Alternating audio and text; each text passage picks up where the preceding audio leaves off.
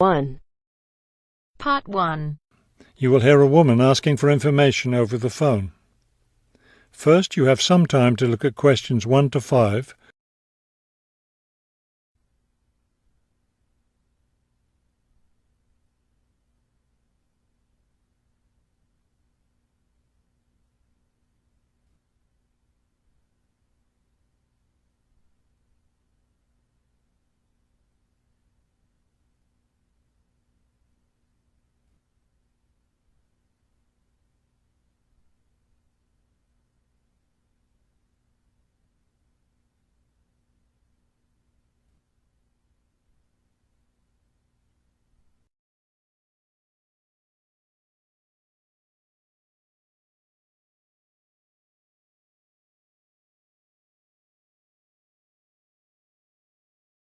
Now we shall begin. You should answer the questions as you listen, because you will not hear the recording a second time. Listen carefully and answer questions 1 to 5. Good afternoon, Plainfield Community Centre. Yes, hi. I'm new in town, and I was curious about the services the community centre has to offer. We offer a variety of recreational activities. What were you interested in particular? Well, everything, I guess. Okay, let's start with kids. I have a teenage son. What activities do you have for teens? Right now, during the school year, we have tutoring sessions for children and teens in all subjects. That would be good. He needs help with algebra. We can certainly help with that. Just have him come by any Wednesday or Saturday afternoon. That's when the tutoring sessions are scheduled. Fantastic! What about sports? Do you have sports activities for teens? We have tennis lessons on Sunday mornings for teens and Sunday afternoon for adults. I don't think my son would like that, but my husband might. For myself, I'd be more interested in yoga. Do you offer yoga classes? We do. Our yoga classes take place on Tuesday and Thursday evenings. We divide it up into several groups, so there's one class for younger children, one for teens, and one for adults. Really? I doubt my husband and son would be interested, but I'd like to sign up for yoga. I also like reading. Do you have any book clubs? We have one just about to start. The first meeting will be next Friday morning. It will focus on early 20th century novels. Too bad it's Friday morning. I think my son would enjoy it, but of course he's in school at that time. Well, actually, that book club is for adults only. We may start one up for teens next summer, but we have nothing for that age group right now. Oh well, I suppose he has enough to keep him busy for now. Now, what about fees? Do these classes and activities cost anything? Before you hear the rest of the conversation, you have some time to look at questions 6 to 10.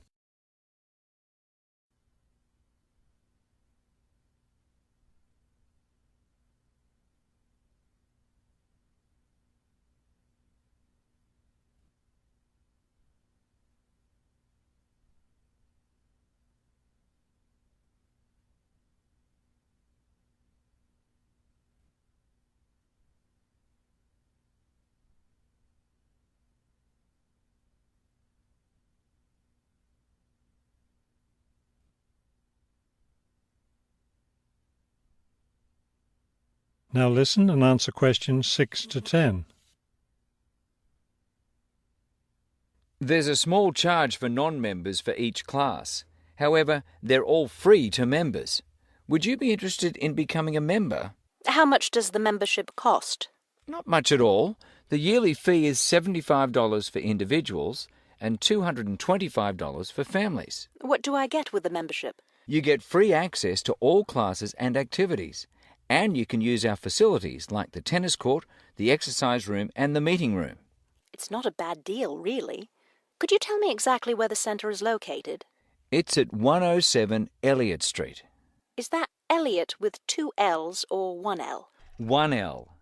E-L-I-O-T. It's right downtown. I think I know where it is. Do you have free parking? Yes. You can park just across the street. There's a garage there. That sounds easy enough. Maybe I'll come in one day next week and sign up for some classes. That would be fine. But don't come on Monday because we're closed that day. We're open Tuesday through Sunday. Oh, thanks for telling me. Maybe I'll stop in on Tuesday then. Can I pay for the classes with a personal check? We accept cheques and credit cards. Okay, thank you very much. You've been very helpful. That is the end of part 1. You now have half a minute to check your answers.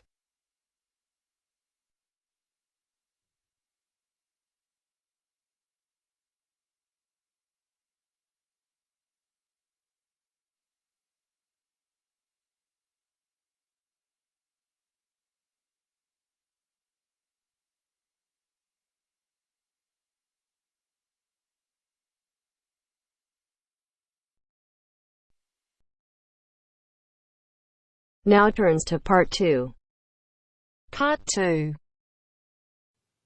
You will hear a talk by a counsellor on plans for the development of an old industrial site. First, you have some time to look at questions 11 to 13.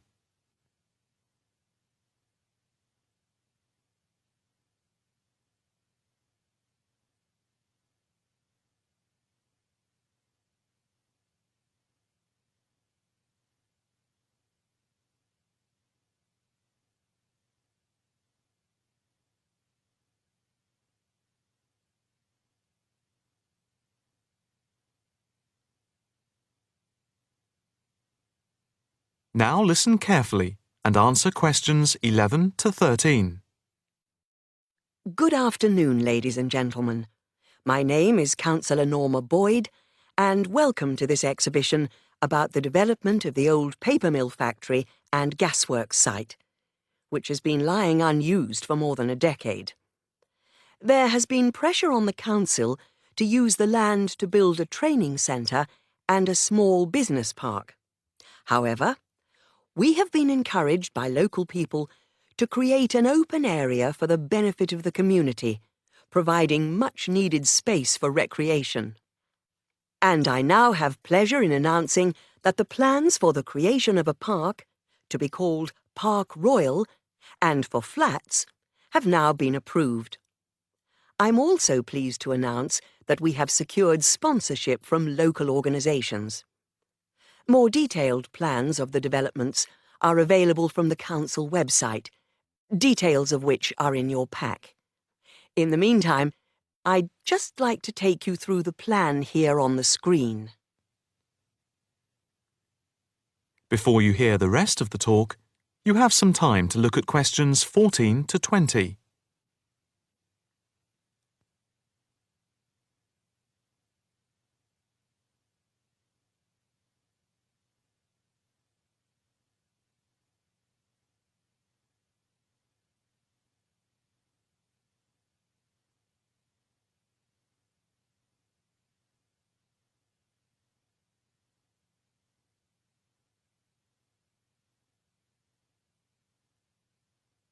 Now listen carefully and answer questions 14 to 20.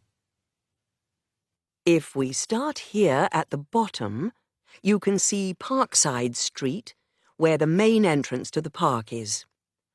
On the left of the entrance, in the bottom left-hand corner of the plan, there will be a block of 40 studio flats. On the other side of the entrance, there will be some workshops for local businesses. There will also be another entrance here, on the top right, which leads into Pear Street. Here, in the centre of the park, we will have an ornamental lake with paths radiating north, south, east and west to the different areas of the park. In the top right-hand corner, just by the Pear Street entrance, there will be a large sports area with 2 football pitches and 4 tennis and volleyball courts. Just here, beside the pitches, on the same side of the path, will be an outdoor swimming pool. Now, in the top left-hand corner, a walled flower garden is planned with a rockery and a water feature with walkways, seats and lots of shady areas for the summer. Next to this, a sculpture garden is also planned.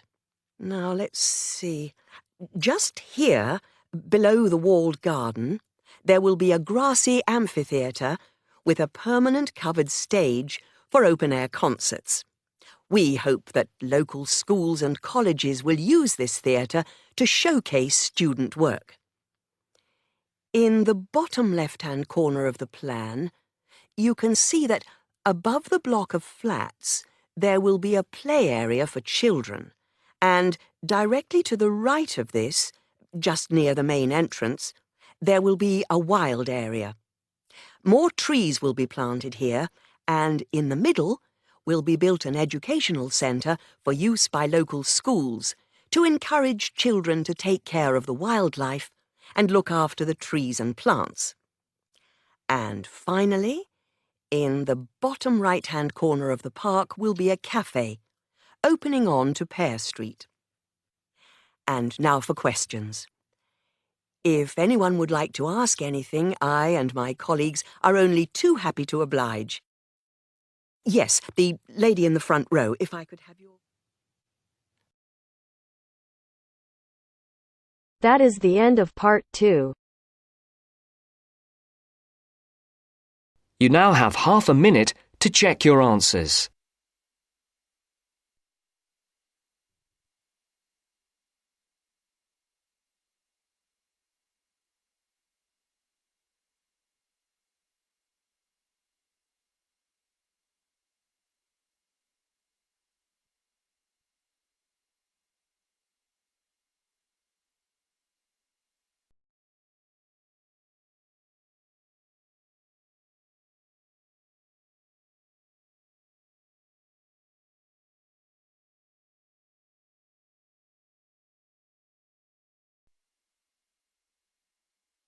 Now turns to part 3.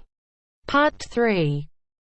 You will hear an extract from a talk about the congestion charging scheme. First, you have some time to look at questions 21 to 25.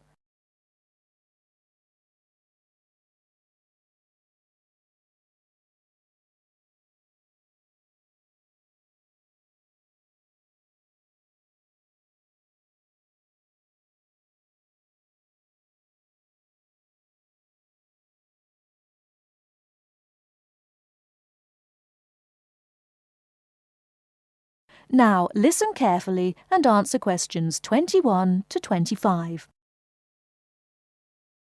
For more practical details, I'll pass you over to John Ward from the London Tourist Agency. Thanks.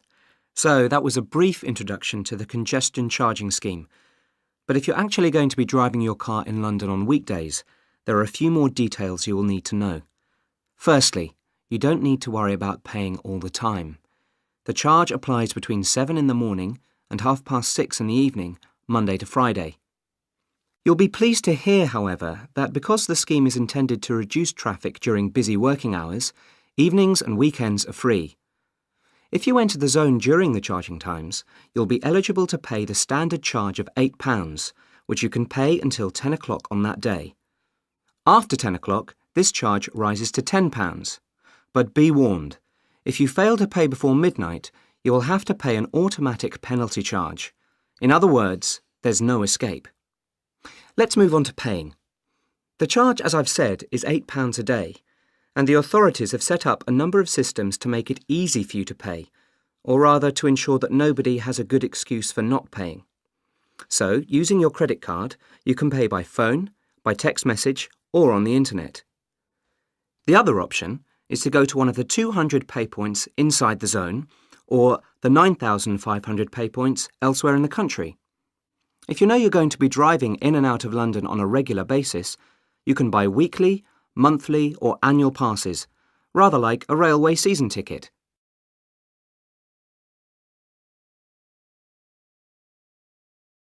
Before you hear the rest of the talk, you have some time to look at questions 26 to 30.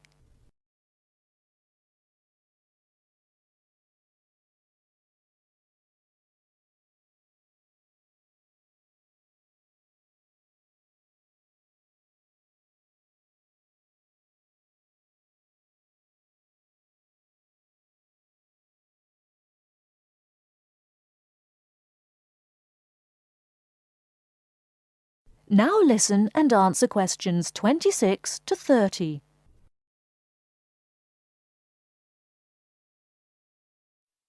OK, on to the area itself. The congestion charging zone is everywhere inside London's inner ring road. For those of you not familiar with London's road system, this includes the City of London, that's the main financial district, and the West End, the commercial and entertainment centre. If you're still not sure, there are very clear signs on all roads which indicate when you are entering the area. These are round and have a white letter C on a red background. The scheme is policed by cameras which photograph all cars entering the area and send them to a computer which can recognise all British and European car registration plates. If you pay the £8 charge, you'll find London a little easier to drive round than it was before the charge was introduced. But if it's all too much trouble and you decide to leave your car at home, then you are left with public transport. That's trains, buses, taxis, or the underground. Some of the money from the congestion charging scheme is being used to upgrade public transport, so you should see improvements there. And because of reductions in the number of private vehicles on London's roads brought about by congestion charging, buses and taxis are providing a quicker, more efficient service than they did in the past. OK, I've covered the main details that you need to know. That is the end of part 3. You now have half a minute to check your answers.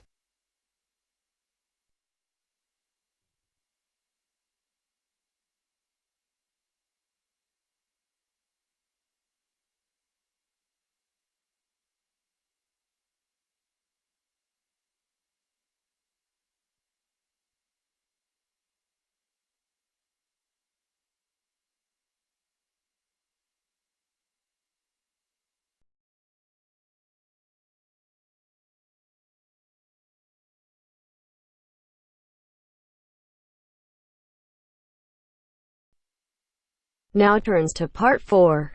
Part 4. Section 4. You will hear part of a lecture on art history. First, you have some time to look at questions 31 to 40.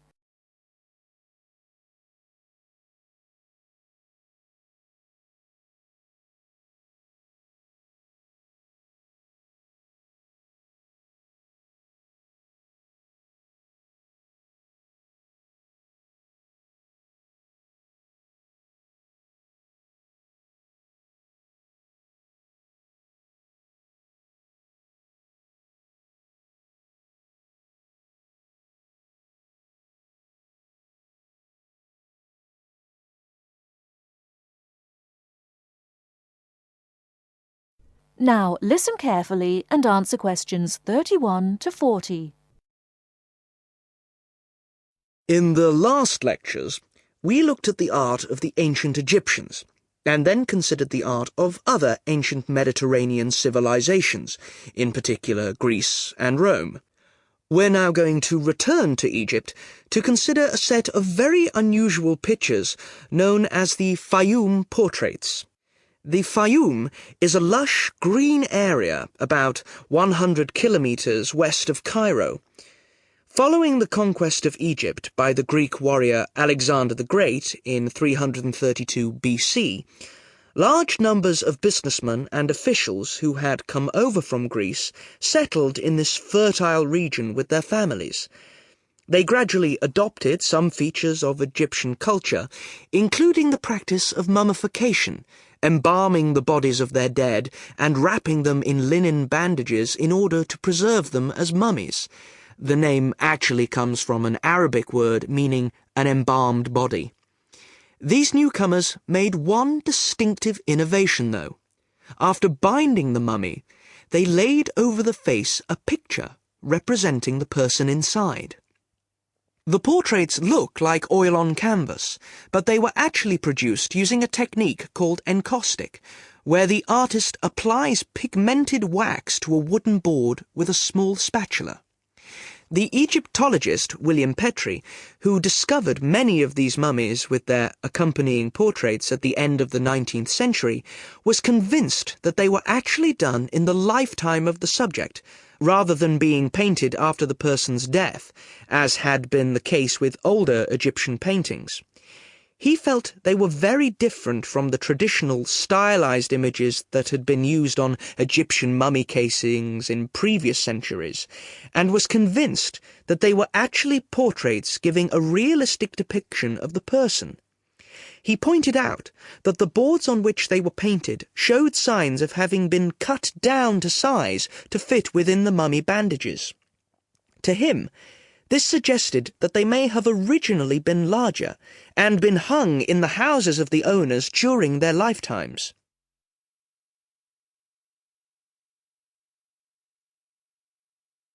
But more than a century after they came to light, nobody knew how far they were really depictions of real people, as against idealized portraits. Then a team from Manchester University decided to find out, by recreating the faces of Fayum mummies in clay and then comparing the reconstructions with the portraits.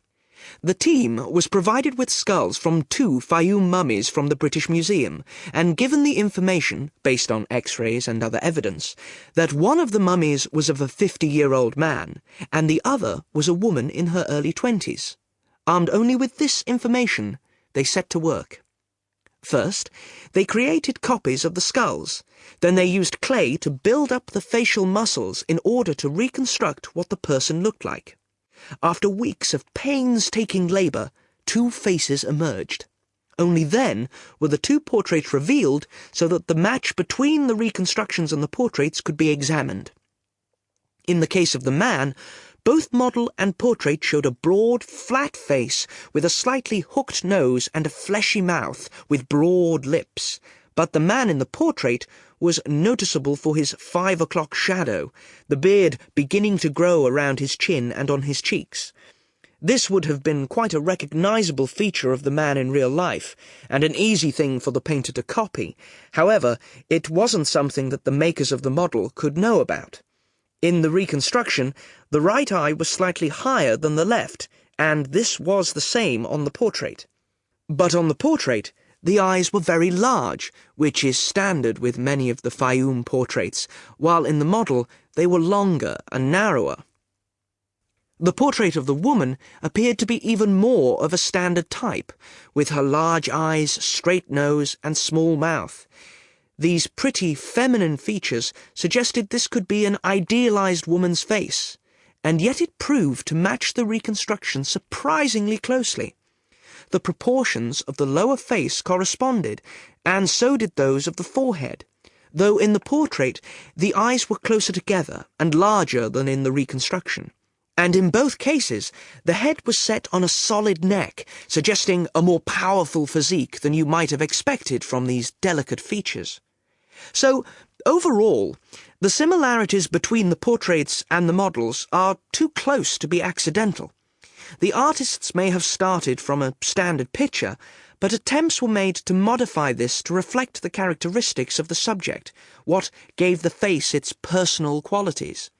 Obviously, this isn't much of a sample upon which to judge an entire genre of portraiture, but the researchers are convinced that, on the whole, the artists aimed to represent their subjects as they appeared in real life, whether this was flattering to them or not.